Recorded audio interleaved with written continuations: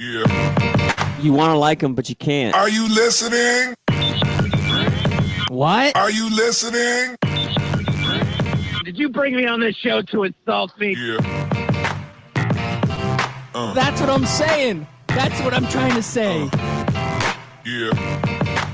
Hey, y'all don't want it with us, man. You straight gangsters over here, Straight man. gangster. Ah. Yeah, good morning and welcome back. That is right. You're listening to Scout Team Radio. We bring it to you hot and live each and every morning, Monday through Friday, right here on 12-Ounce Sports Radio. I am one of your gracious hosts. They call me Loudbeard. You are the most egotistical, self-deluded person I have ever met. Yep, that's possibly true. Something Chris America would say. Oh, yeah. And by the way, there is a man on the other microphone. He's a great American. He's a great patriot. You may know him as...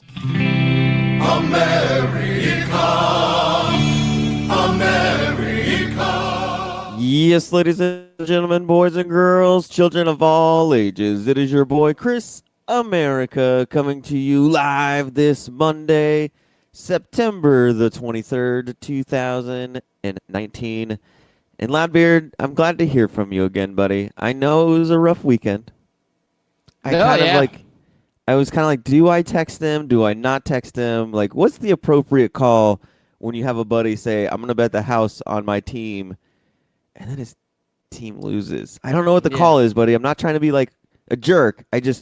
Sometimes it's like when you're going through a breakup or, you're going through a hard time in life. It's like, do you give them space? Do you wait for them to reach out to you? Do you reach out to them? Like, what do you prefer in that situation, Loudbeard? I'm good either way, man. Yeah, you know what happens when you're gambling money is you have to get some thick skin because what's going to happen from time to time is you're going to lose. And fortunately, I was riding pretty high on some money that was a bonus that I had gotten when I had signed up for mybookie.ag. I signed up with the 12-Ounce Sports promo code. I got that bonus, right? So I had some bonus money, and I built it up, betting on my team first couple weeks, and it ended up building up pretty good. And I didn't bet the whole house because I think you talked me out of it. So I said, let me bet half of what I got. So I'm still sitting there with a little bit of money in my pocket, and honestly, it was not money that was mine to begin with. I'm still up from what my initial deposit is. I can live. I'm going to move on. The challenging part is, my team, they end up losing. So, that's always a tough one, but I'm actually glad it's out of the way because it's at that point where you and we were talking to some of the local radio personalities earlier in the year, and, they're like, UCF's going to lose a couple. Probably one or two at least. It's bound to happen. You can't just win every regular season out, right? This isn't the world we live in. Football is football. They go out, they play you. I mean, Pitt acted like they won the damn Super Bowl after they beat UCF. I thought that was a little much. I mean, they stormed the field. They're trying to knock the goalposts over. I mean, those fans, they thought that was the biggest game Pitt's ever won. And you know what's funny about that, Loudbeard, is the whole game they're chanting overrated. So if you think they're overrated, what are you doing storming the field? So you can't have it both ways, right? They're either overrated or you just beat a really, really great rated team, and that's why you're storming the field. Oh, yeah. Well, but I think you know what that means, though, Loudbeard? Yes. When a Power 5 program with the history of Pittsburgh, who has one of the, sometimes people will argue, the greatest quarterback of all time, Dan Marino, as one of your alumni. You've won national championships or championship. I don't know. I know they've won at least one. I think they might have two or three. But this is all like 50, 60 years ago. So, but you're supposedly a Power 5 program. You're supposedly a program with a lot of history. And you play in Pittsburgh, which is, when people think football, Pittsburgh is one of the cities that comes to mind, right? Mostly because of the Steelers, but it's still, you think football when you think Pittsburgh. Yep, I agree with all that. And here you are with UCF, a team that is very young. They've only been in the FBS for 20 years, around, give or take. And they've been on the map, I'd say about 10 years. Yeah, I'd say that's about when UCF started getting on the map. and the last 5 have just been a whirlwind. Last 6, really, since 2013. And everybody wants to discredit him. But here you have a fan base who has been around long before UCF was even a college, storming the field when they beat them at their home. That says a lot about the credibility and what fans truly think about UCF, no matter how much they try to discredit them. Yeah, no, I have to absolutely agree to that because I think about it. When do teams typically storm the field? It's usually against a rival, right? It's a big-time rivalry matchup where it's like Michigan versus Ohio State or Penn State versus... Usually it's when a smaller school beats a bigger school. That's honestly what it usually is because, like, Michigan, Ohio State, they're too big to be storming fields, right? Just like we saw Virginia when they stormed the field when they beat Florida State. Even though Florida State's a trash program right now, they stormed the field because historically and program-wise, it's a bigger program. It's a big deal to beat Florida State. Now, UCF is on the echelon with Florida State, Florida, that when teams beat them, they show how much higher they think of UCF than their football program by storming the field. Yeah, and there's something else to be said about how Pitt came out and played. Pitt was embarrassed last year against UCF, and I think that that is what it is. But this year, you could tell that Pitt circled the calendar. They said this was their biggest game or one of their biggest games of the year, that they were all hyped and ready. The fans were out there. That's probably one of the bigger crowds that Pitt has had in recent years, or this year. And this is one of those games. I mean, obviously Penn State was a big game for them, and that one was tough because they lost it at the very end on a play that they could have gone and done this trick play that they beat UCF. They would have done that last week. They could have beat Penn State. So this team hung with Penn State, which is a big program, and then squeaked out a win against UCF. So this was it was a fun game to watch. I'll be honest. I mean, this was an emotional roller coaster. UCF goes down 21, and then they go up 10. I mean, having that huge 31-point swing, and then all of a sudden they just stop. They can't do anything else, and they allow Pitt back in the game, and that's it. That's all she wrote. Yeah, and there's no shame in that. There's no shame in losing that game. And when you look at the game, UCF really only lost the first quarter. That's the only quarter UCF lost. They came out flat. Like you'd mentioned, you could tell Pitt had this game circled. Maybe losing close to Penn State also just intensified their practices and said, we got to come out and beat UCF. And they came out and they just started swinging, throwing haymakers and everything else. And it's kind of like watching a fight, right? You watch a fight where usually the lesser known fighter will come out sometimes and be way more aggressive than the reigning champ and everything. And they start just with a flurry of blows, and you start thinking, oh man, like this is it. Like the champion's gonna lose. And then they tire themselves out. And I kind of feel like that's what UCF or Pitt did. They looked, I don't know if tired's the right word, but they just kind of fell flat themselves, and UCF kind of said, okay, let's calm down. Let's calm our freshman quarterback down. We're UCF. Let's get back in this. We'll just win one play at a time, and that's what they did. They just chipped away, to where they went on what, like a 28-21, like 28-0 run at one point in the game where they went up. Did they go up 24-21 or 28-21? I can't remember, but they went up. I thought it was 31-21. They went up. Okay, so that's what it was. So it was a 31-0, swing. And then UCF ends up losing 6-10 or something like that. I don't remember what it was. 6-7. Like they allowed too many points in the fourth quarter. But without that first quarter flurry, UCF would have won this game outright. It wouldn't have been even been close. Yeah, and one of my takeaways from this game is that the wide receivers coach needs to teach those wide receivers and tight ends how to toe drag. Oh my gosh. 3 receptions in the end zone or near the end zone where your receiver has a edge of a foot out of bounds. Like, come on, man. Out of control. Anyway. So, of course, all the SEC fans are, chomping at the bit They're salivating over this loss. They're ready to say, "See, I told you." But one thing that's been under the radar this season, and it just goes to show you how much preferential treatment the SEC gets from ESPN and everything. Loudbeard, have you seen how many G5 teams have gone into SEC stadiums and beat an SEC team this year? It feels like a lot. I don't know what the numbers look like, but doesn't it feel like a lot?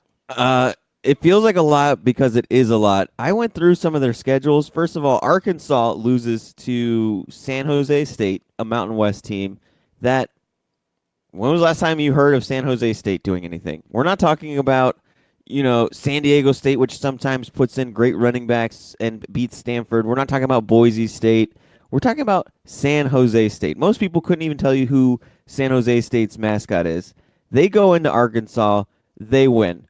You know what, SEC fans? Oh, that's the bottom of our league. Like, whatever. Okay, fine. You want another SEC team that's lost? How about Ole Miss to Memphis earlier this year?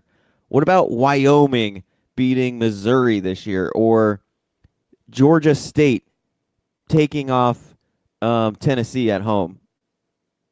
Just a lot of teams. Just the SEC it's always been a tailgating league these last 10 years, and this year I feel like it's even more prevalent than usual because normally the SEC beats up on those teams, right? Not this year. Yeah, oh, absolutely. That's why they schedule them. Exactly. That's their and cupcakes. Now we're seeing that the SEC cupcakes are the cupcakes for everybody else, not just for Alabama and LSU and Georgia. Yeah, that's a big point to make, and the SEC is top heavy. And I'm not going to say that the SEC teams at the top aren't good. When you talk about the LSUs, the Georgias, the Alabamas, I mean, I'd be crazy to say they're overrated, right? Like they're legit teams. No, they're. I'm not going to say they're not. But when the SEC lovers out there they're going to say that the SEC is the best, and they're going to completely ignore the fact that the bottom half of the SEC is really, really bad. And I watched that Tennessee-Florida game, and I'm thinking, you know what? Maybe Tennessee's got, a puncher's shot at maybe knocking off Florida, right? Like this could be one of those ones where they bounce back and they need to show that they have some dominance. And no, the Tennessee team is absolutely awful. They had nothing going for them. Now they looked like they hung in the first half, but Florida just put on the gas and they were gone. And that program, I mean, like you said, they lost to Georgia State earlier in the year. I mean, Tennessee, the fall from grace for that program has been unbelievable. Yeah, and that's sort of the mantra of the SEC, right? Oh, UCF doesn't play an SEC schedule where week in and week out you have to play the best teams in the country. No, they don't. If your schedule goes from Vanderbilt to Tennessee to Arkansas to Ole Miss, that is not a grind them out. Oh, my God, this is such a grueling schedule when teams like San Jose State can go in and do the same thing that you're doing. All right, wait, real quick. I'm going to pause this conversation because we got some hot Twitter takes coming on. One, this was a few minutes ago, but Jenny of Ohio, she said, here, listen up. The real story of college football weekend was that for the first 10 minutes, Miami was beating Ohio State. Okay. That's a win. So, Jenny? No, that's a win. Like, if you're Miami of Ohio and you're beating Ohio State for 10 minutes, that's a ride that Miami of Ohio won't get for a while now. Yeah. Good for you, Jenny, as a fan. And then we have Scott Kaiser. He's wanting to go over to the NFL. I guess I'll entertain this for a second. He just said he's just here to say 3-0. But, do carry on about your minor league football. Oh, we'll be getting into the NFL here in a little bit. Scott Kaiser. He did post a GIF. Is he talking about the Buffalo Bills? I believe he's a big Bills fan. Yeah, he loves the Bills. He's Josh Allen's number one fan. No, you know what? I know who Scotty Kaiser's pumping up about 3-0. It's the New England Patriots. If I've never met a bigger New England Patriots fan than Scott Kaiser, then I just haven't met him yet, because Scotty Kaiser is by far the biggest Patriots fan. He's always just talking about how much he loves Tom Brady. He's always defending Tom Brady. It almost gets uncomfortable when I hear Scott Kaiser talk about Tom Brady. Yeah, and then when Antonio Brown was on that team for 11 days, he was really a big Antonio Brown fan. Oh, he was a huge Antonio I think he ordered a jersey. So upset when they cut him. No, he hated that. He's still upset at Robert Kraft. But yeah, Slaver, getting back to the Tennessee-Florida game. Yep. I like getting derailed a little bit here. I, for one, did not see Tennessee being a threat. They are just a god-awful team, and I knew, Florida hasn't played great, but I knew they were going to lose to a god-awful team like Tennessee. I even made the joke that Middle Tennessee or Tennessee State, whoever we played the week before, was going to be the hardest team from Tennessee we were going to play all year. And I sat there and I watched the end of College Game Day, and they're picking this Tennessee-Florida game, and they all said that Florida was going to win, but it's going to be close. It's going to be by a field goal. It's going to be by a late touchdown. And I'm sitting here thinking, okay, either they don't know what they're talking about, or the game is on up next on this same exact channel, and they're just trying to sell the game to keep people watching. Either way, if you're going to do either of the two, just don't analyze the game. Just don't make yourselves look stupid, because that game could have been anything further from being a close game. And I get how some people can sit there and say maybe a puncher's chance, but really, if you really had to put your life on the line, you'd say no, Florida's going to blow out Tennessee. Yeah, okay. I see what you're saying. I mean, Tennessee, they could have came out hot. It's a rival. You never know. God, they're a trash team, man. Trash teams don't do that. They just don't. It's true. Yeah, but Tennessee, it's unbelievable how far they've fallen. Another team, Chris America, that has fallen far, far from grace. The Michigan Wolverines. Jim Harbaugh. Ooh. You think it's tough for me to talk this morning because of my team losing by 1 point and me having a little wager on it? Talk about Jim Harbaugh, man. Wisconsin came in there, and they punched Michigan in the face, and I think they punched right through their face. There was nothing left. This was one of those situations where, Michigan. Are they what we thought they were? Now, okay, so this is what I kind of hate about polls and everything, because Wisconsin only moved up 5 spots to number 8 from 13, and they dropped Michigan all the way down to 20 when they were at 11. Any other team like Ohio State or LSU or Alabama or Oklahoma beats a top 10 team the way that Wisconsin did, they would jump them all the way up to the top 5, man. Wisconsin has looked really, really solid this year. And that run game Wisconsin has is just brutal. I'd mentioned that Michigan's defense or offense is going to have their hands full with that Wisconsin offense, with that Wisconsin defense and the ball control, and that played out perfectly. That's exactly how that game played out. They just ran Jim Harbaugh's defense over with a Mack truck, and then on offense, Michigan couldn't do anything.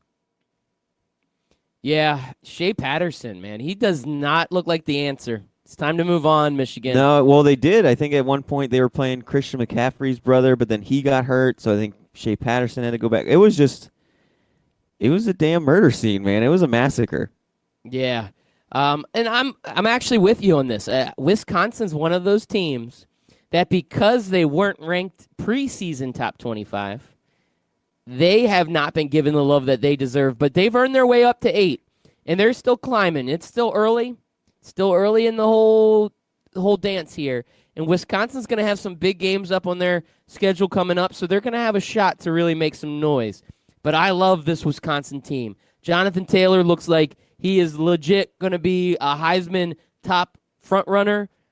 It'll be challenging with all the good quarterbacks that are in the league right now, but this guy, he looks like he's the real deal, and Wisconsin's brand of football is gonna own some of these teams. And just like Michigan, they're gonna realize that Wisconsin is no joke.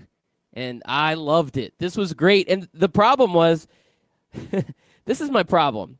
The noon games here on the East Coast. I'm sitting here, I'm like all pumped. I'm like, okay, we got a big top matchup between Michigan, Wisconsin, and then I'm gonna flip back and forth between that Florida-Tennessee game.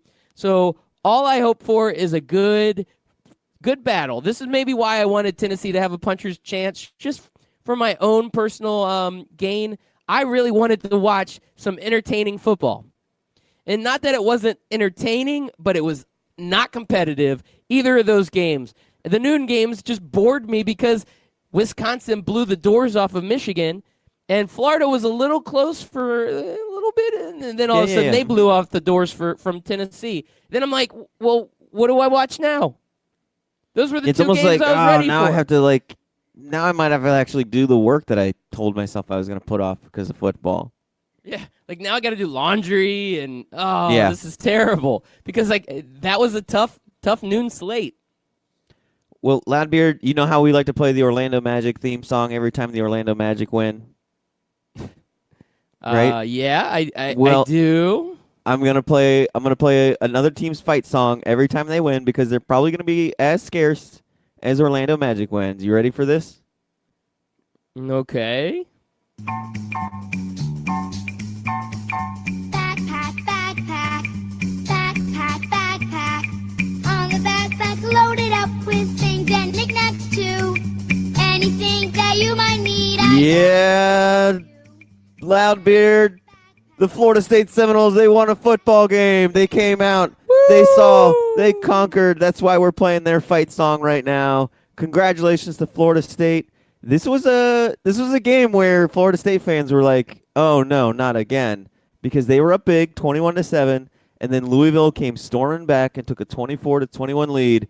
But Willie Taggart and the Florida State Seminoles said, "We are unconquered. We will not be denied." And they end up winning the game 35-24. So congratulations to Florida State. You are on a 1-week winning streak. It's going to be an awesome season. That it is, man. That it is. Here, just as a side note, my wife actually went to that game. Yeah, I saw that. And then your daughter was at the Florida game, right? Yep, my daughter was at the Florida game. So my daughter's got a friend that has that gets Gator tickets, and she tagged along with them, and they got to enjoy the Florida game. My wife one of her best friends is a huge Florida State fan, and she had an extra ticket. She invited my wife. I was at home, and I'm like, I'll watch the UCF game at home because UCF's away.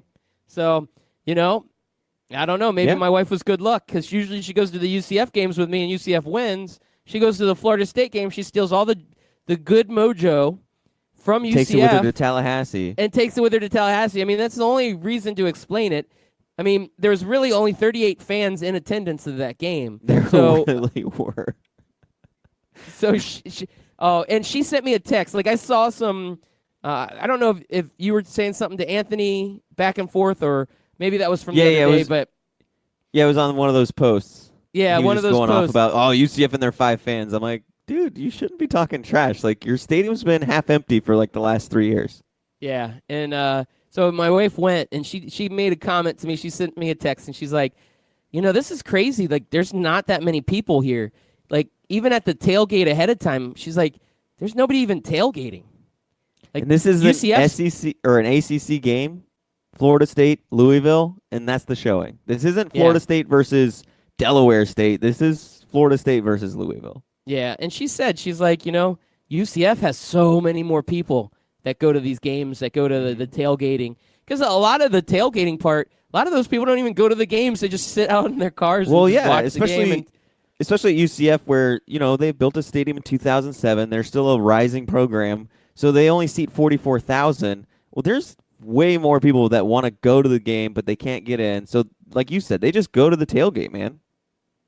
Yeah.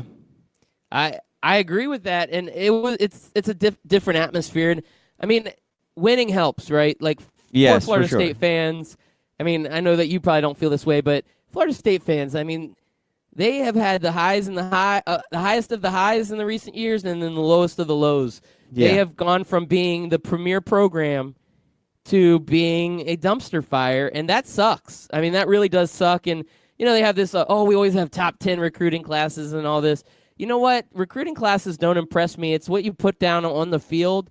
And, I don't know if it's coaching. I don't know if it's these recruits. They go for the overrated recruits, and some of these other teams know how to get the guys that's the diamond in the rough like UCF does. But, yeah, Florida State just hasn't been that same team. But good win for them against Louisville. Louisville is kind of like Florida State where they had some highs, but ever since Bridgewater left, it seems like that program, Lamar Jackson, I guess, is the other one. But, they had Bridgewater, then they had Lamar, so they had some really good seasons there. But now it seems like they're kind of on that downward trend, just like Florida State. Yeah, and Petrino, where he was the guy that sort of put Louisville on the map, his first stint there before he took off for Atlanta, and then that started a bizarre coaching story for him. He has absolutely not been the same coach since the first time he's left Louisville. He has just been, you talk about a dumpster fire. I've never, like, his coaching career and his coaching story has just been one of, like, super oddity, right? Like, he leaves Louisville to go to Atlanta, and you're like, okay, that's a normal progression. That happens from time to time. And then doesn't really do much in Atlanta. Like, Atlanta was okay, but, nobody was like, oh, my God, it's Petrino and his Atlanta Falcons. Look out. And then he just, like, leaves in the middle of the night, right, to go to Arkansas. And then he does absolutely nothing there, and he ends up in some weird story where he's got, I think it was a student or I don't know what it was. He had a girl on the back of his motorcycle. They get in a car accident. Then he ends up leaving or getting fired or something because he was cheating on his wife.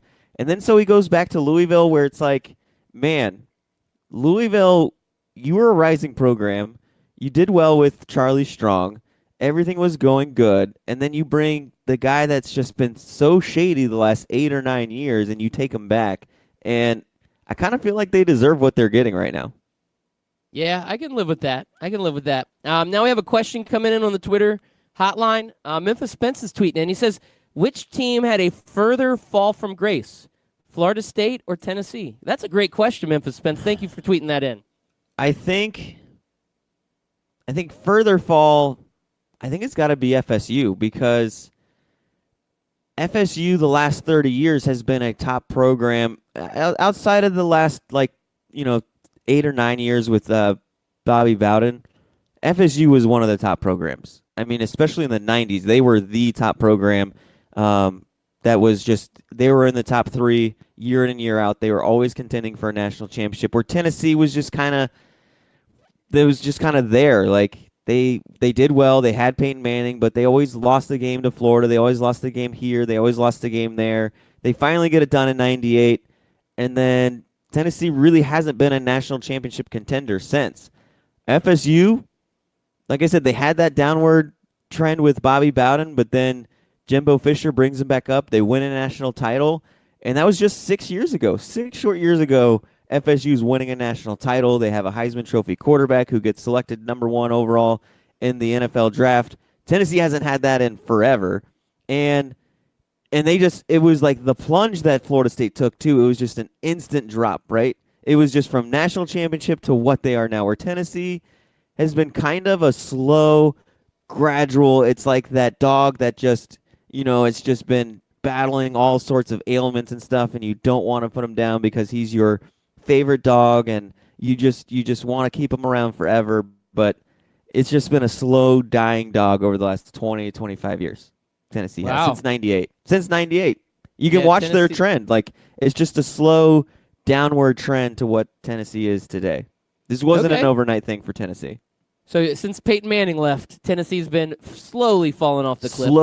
Slowly dying, yes. Where Florida State, not this season, but the previous season, week 1, they were going up against Alabama, and it was like number 1 versus number 5 teams in the nation. Yeah, actually, that was 3 seasons ago. Yeah, was that 3? Wow. Yep. Mm-hmm. That's 3 seasons ago. Since then, it has been just this fall from grace, hasn't it? Yeah. Wow. All right. Well, Chris America, there's one other question being posed here on the Twitter line from Memphis Spence. I want to get your take on it. Should Michigan still be in the top 25? So we talked about them getting shellacked by Wisconsin. Do they deserve a top 25 billing after that performance? I think UCF should be ranked above them for sure. They're sitting, at 21 and UCF at 22? Is that? I think it was 20 and 22, yeah. 20 and 22, okay. Okay. I don't know. Like when you get towards like the 20 through 20, like I don't think UCF belongs at 22. First of all, I still think UCF is one of the top teams in the nation. You don't see Syracuse falling that far when they lose to Pitt like they did 3 or 4 seasons ago, but yet somehow UCF does. But that's neither here nor there. I don't know. I still think Michigan is a decent team. It's kind of like when you look at that bottom 15 through 25, and then you go to the next level of like 25 through 40. I really feel like it's give or take You know what I mean? It's like 6 in one hand, half dozen in the other, between those teams as to how good they are, how good they're not. Yeah. Okay. I can dig it. I mean, they lost to a really good Wisconsin team. Do they belong in the top 15 or the top 20? Absolutely not. But if you want to put them in the top 25 around that 20 to 25 range, it really doesn't matter to me. Well, and some of the teams in that top 20 to 25, I mean, Washington State was there. I thought they were really good, and then they got upset by UCLA. You had some teams that just keep falling out of that top 25. So it's been an interesting season so far as rankings go. But Chris America, I need to say to you that Patrick Mahomes better watch out. The most electric quarterback in the NFL may have shown himself yesterday, and I'm going to tell you who that is after a quick commercial break.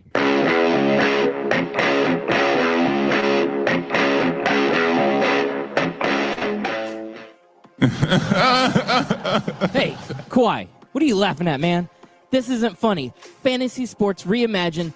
FanDuel, that's what I'm talking about. It is more than just fantasy sports. It's the best way to watch the games, win real cash, and bring the action right to your living room. Just choose a contest, make your picks, watch, and win. And if you go to FanDuel.com/STR today, you can get a $5 deposit bonus. Once again, that's FanDuel.com/STR. Come on, man. This is not a laughing matter. If you've been listening to Scout Team Radio for a long time, you know that myself, Loudbeard, has placed a bet or two in his day. That's right, I've lost the beard bet, I lost the romper bet, but one place I don't like losing is when I bet money, and I can easily do that at MyBookie. That's right, you can go to mybookie.ag, use promo code 12OZSports, and get a 100% deposit bonus up to $1,000. Hey, guess what? That is a lot of money. Do it.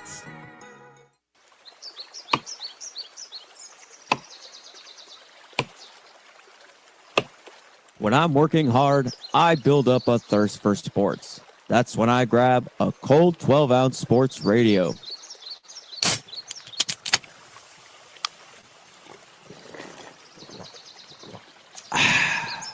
12-ounce sports radio. Quench your sports thirst.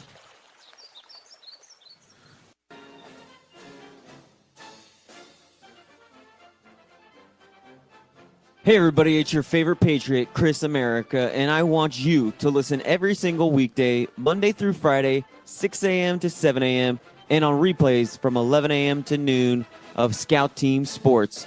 Listen, George Washington did not cross over the ocean blue in 1492 to defeat the Nazis, so you can listen to the same tired national clickbait sports stories. So once again, tune in to us every single morning, 6 a.m. to 7 a.m., and then we replay from 11 to noon. I will see you there, and God bless America.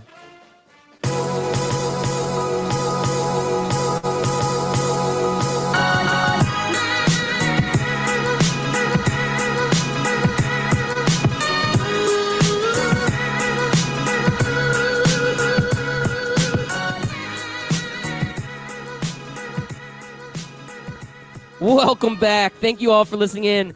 I'm Loudbeard. He's Chris America. We're Scout Team Radio, bringing to you hot and live each and every morning, Monday through Friday, right here on 12-Ounce Sports Radio. If you cannot catch us live, it's okay. We'll give you a pass. As long as you go and download that podcast. That's right. Anywhere you find a podcast, just search Scout Team Radio.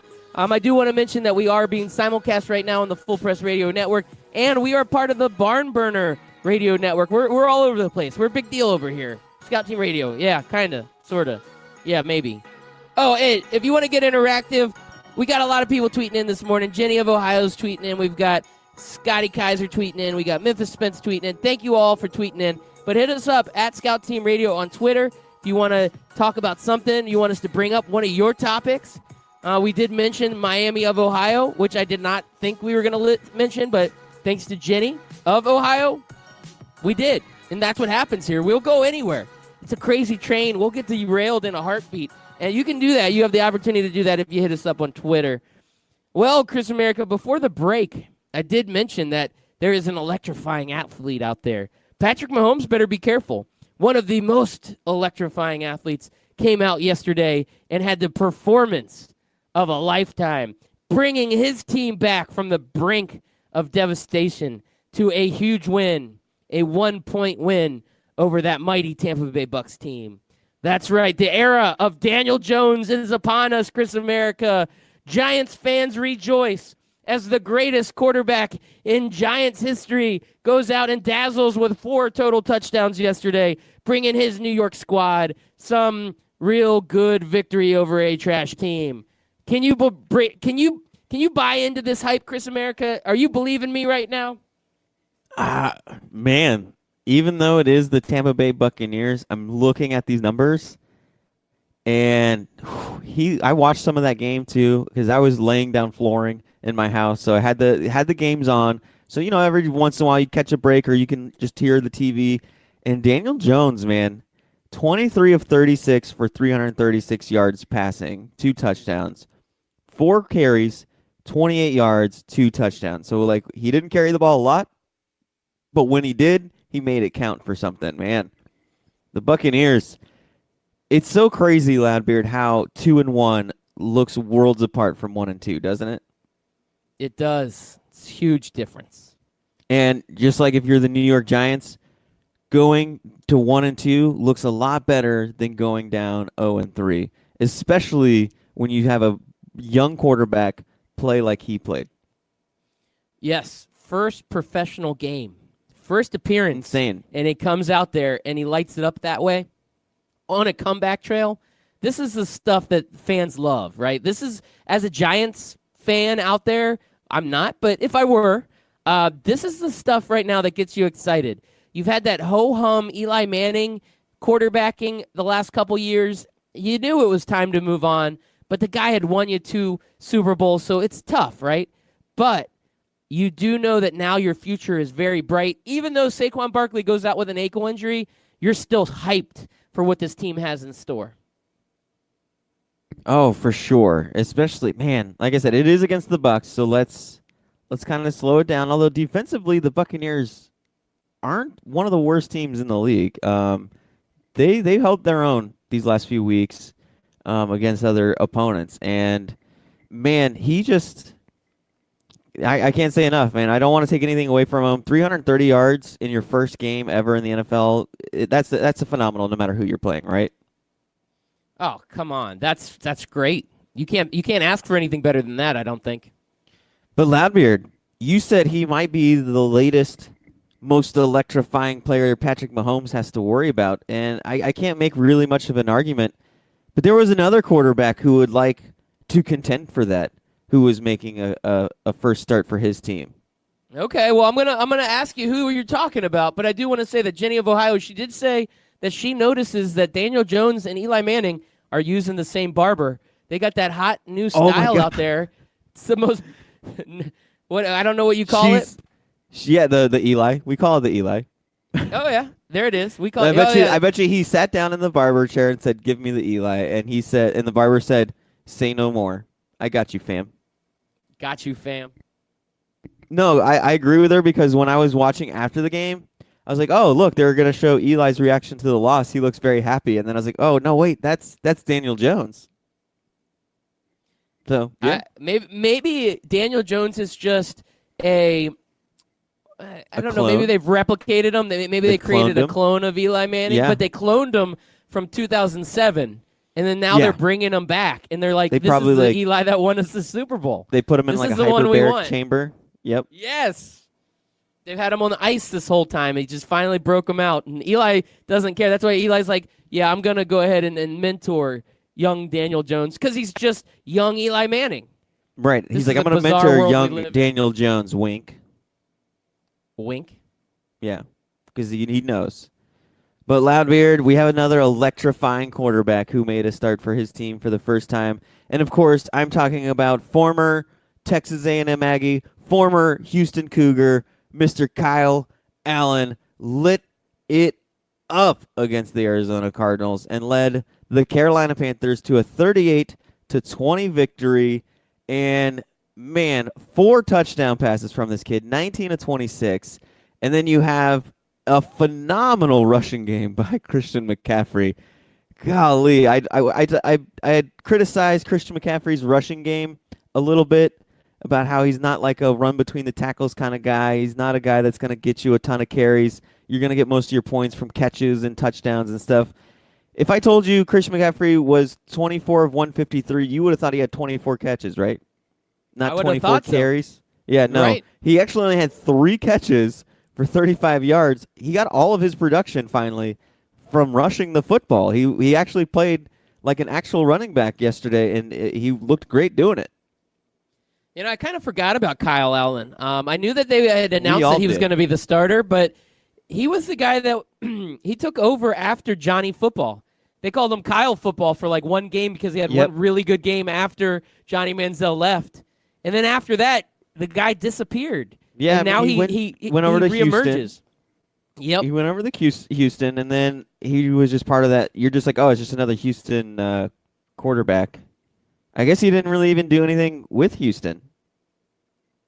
Yeah, and now he reemerges in Carolina as the man. Yeah, he got benched for Kyle Postma during Houston's third game against Texas Tech after throwing 4 interceptions. Man, we talked about how Florida State and Tennessee have had a fall from grace. This guy's had the opposite effect. He fell from grace, and now he's in the NFL throwing 4 touchdown passes, coming in for an injured Cam Newton, making Panthers fans thinking, like, do I want Kyle Allen more than I want Cam Newton? Oh, wow. Quarterback controversy. That's where, as a fan, you say, you know what, Cam, let's give you 2, maybe 3 more weeks to recover, and let's see what we get out of this guy. That way you kind of keep your judgment to yourself. But, yeah, I mean, if Kyle Allen does that and they win, I mean, the Carolina Panthers had quite the losing streak from last season and the start of this season. You don't want that as a fan. And if you have one little spark of hope, you go with it. You ride it. You ride the hot hand. So Kyle Allen's doing that, and maybe other teams haven't had time to game plan against him, whatever it is, but you want that. That's what you want. The thing, again, like, it was against the Cardinals, so let's not get overhyped here, but his passes looked like they had power behind them. They were accurate. They were on time. Where Cam just, ever since that shoulder injury, man, he's just not had the same zip on the ball. He's very wildly, he was inaccurate before. Now he's just wildly inaccurate. And I just think, dude, Cam, just get that shoulder right. Kyle Allen's got this for a little while.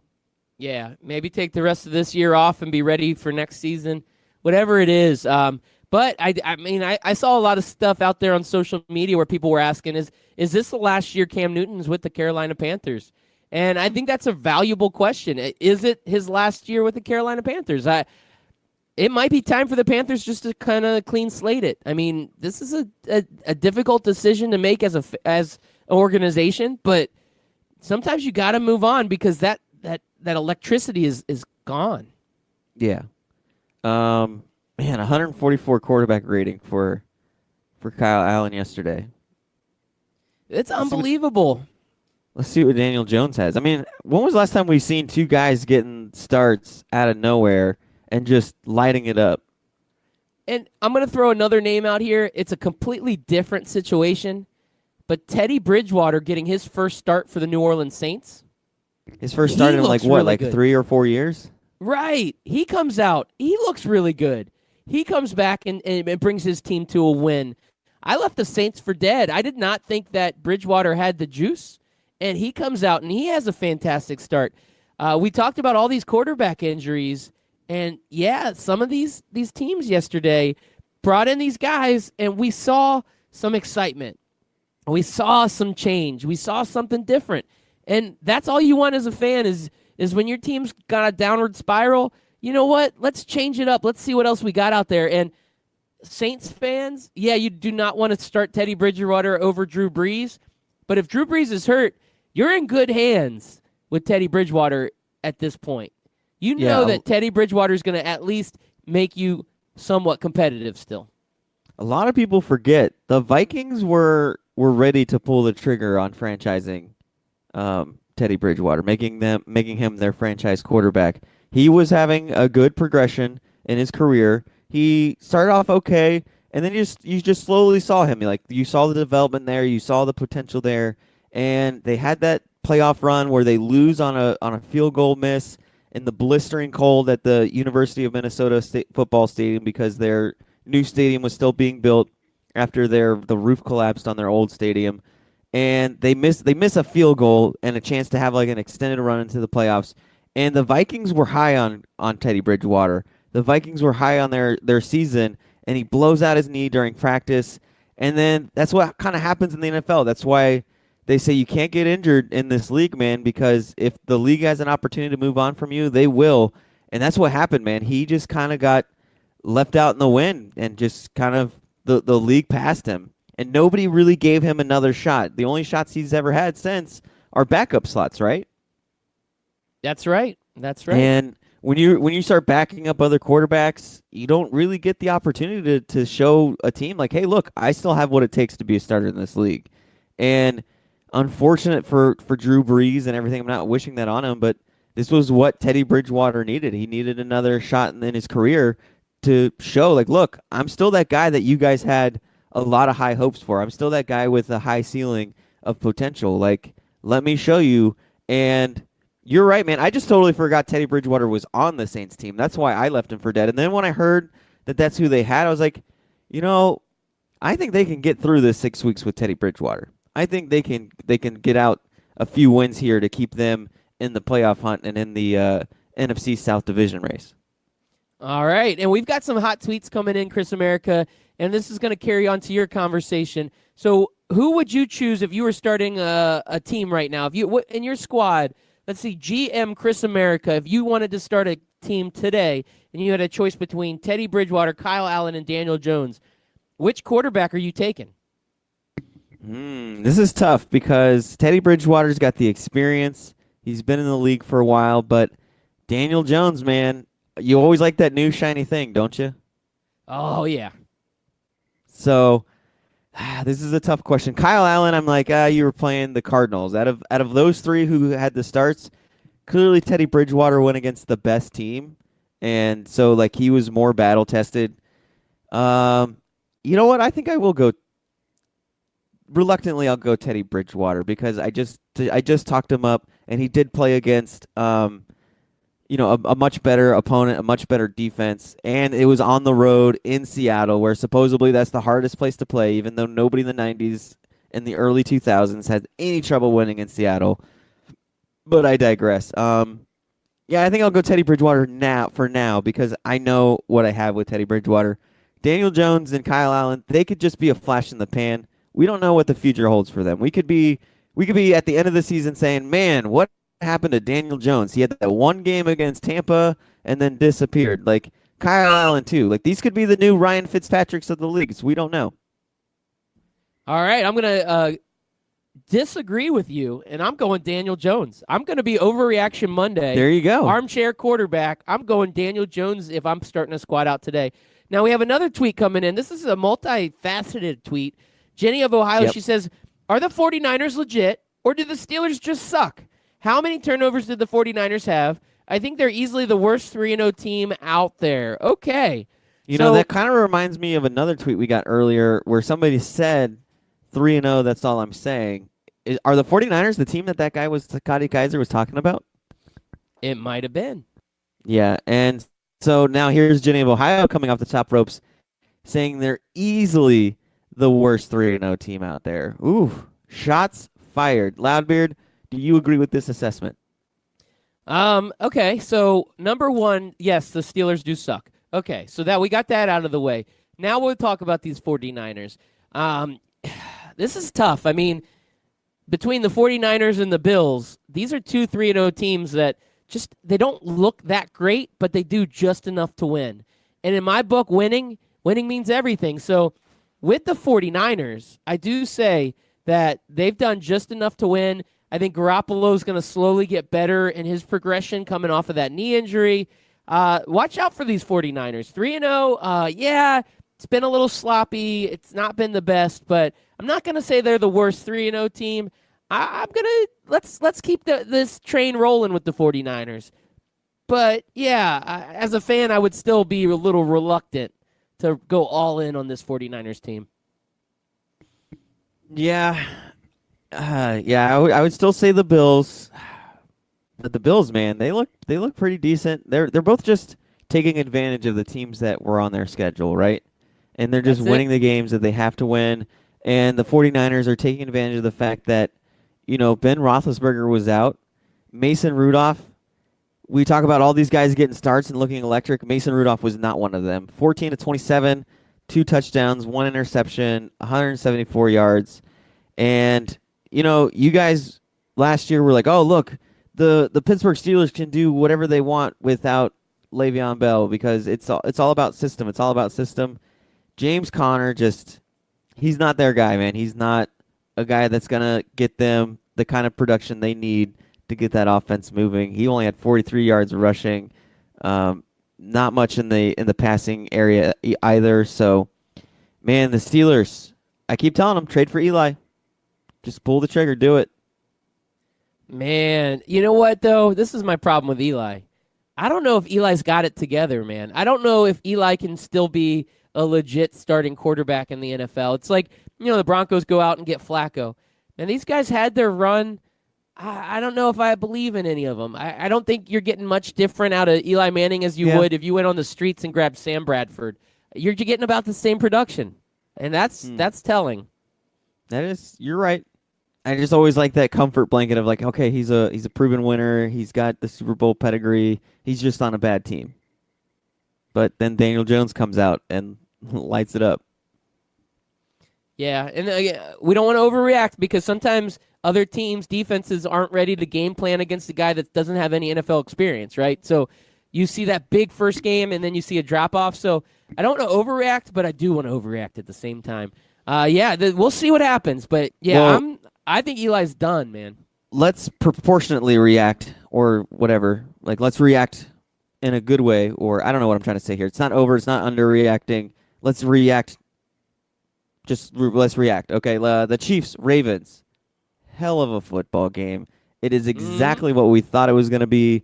Lamar Jackson versus Patrick Mahomes lived up to the billing. What a fun game to watch. And we're talking about the 49ers and the Bills, who's the best, the worst, 3-0. Man, both of these teams deserve to be 3-0 and deserve to be top 3-0 teams. But unfortunately, one team had to win. And, of course, it was the MVP himself, Patrick Mahomes.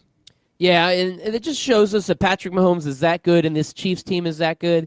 But Lamar Jackson, man, he did not give up in this game. Chiefs went up, got a pretty significant lead, and then Lamar helped bring the Ravens back, and he's got a lot of fight in him. I have been super impressed with what Lamar Jackson has done on the field. This guy's a true leader, and this Ravens team is dangerous. So the Chiefs, if they end up facing the Ravens in the playoffs later on, they're going to go back and look at this and say, wow, this is a scary team. So I absolutely think that this Ravens team is something that the rest of the league's got to watch out for. Yeah, this Ravens team showed that you can't let the gas off the pedal, right? It was 6-0 Baltimore Ravens. They held the Chiefs scoreless in the first quarter for the first time in a while. And then the Chiefs just opened it up and went up 23-6 at halftime. And you just can't allow the Chiefs to get going. You got to keep them down, and you yourself, you have to keep scoring because after that, the Ravens won the football game, 22-10 after that 23-point second quarter. So you got to keep going. And we talked about how, it doesn't matter who the Steelers plug in, it's the system. Well, I think that's true for the Kansas City Chiefs. They have not missed, what is his name? That Hunter guy, right? Kareem Hunt. Yep.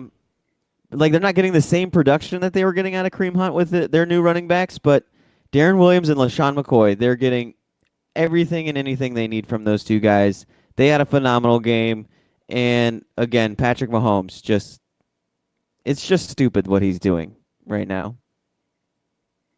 Well, Chris America, we've got 1 minute left. Let's really hear how you truly feel about Patrick Mahomes. Patrick Mahomes is the type of player that when you see him, you think peace and joy and happiness and that everything's right in the world because the way he plays football is so magical. It's so much fun. It's backyard. It brings you back to the times where you're in the backyard throwing the football around with your friends. You see the fall leaves falling, the cold air colding, and the turkey smelled turkeying.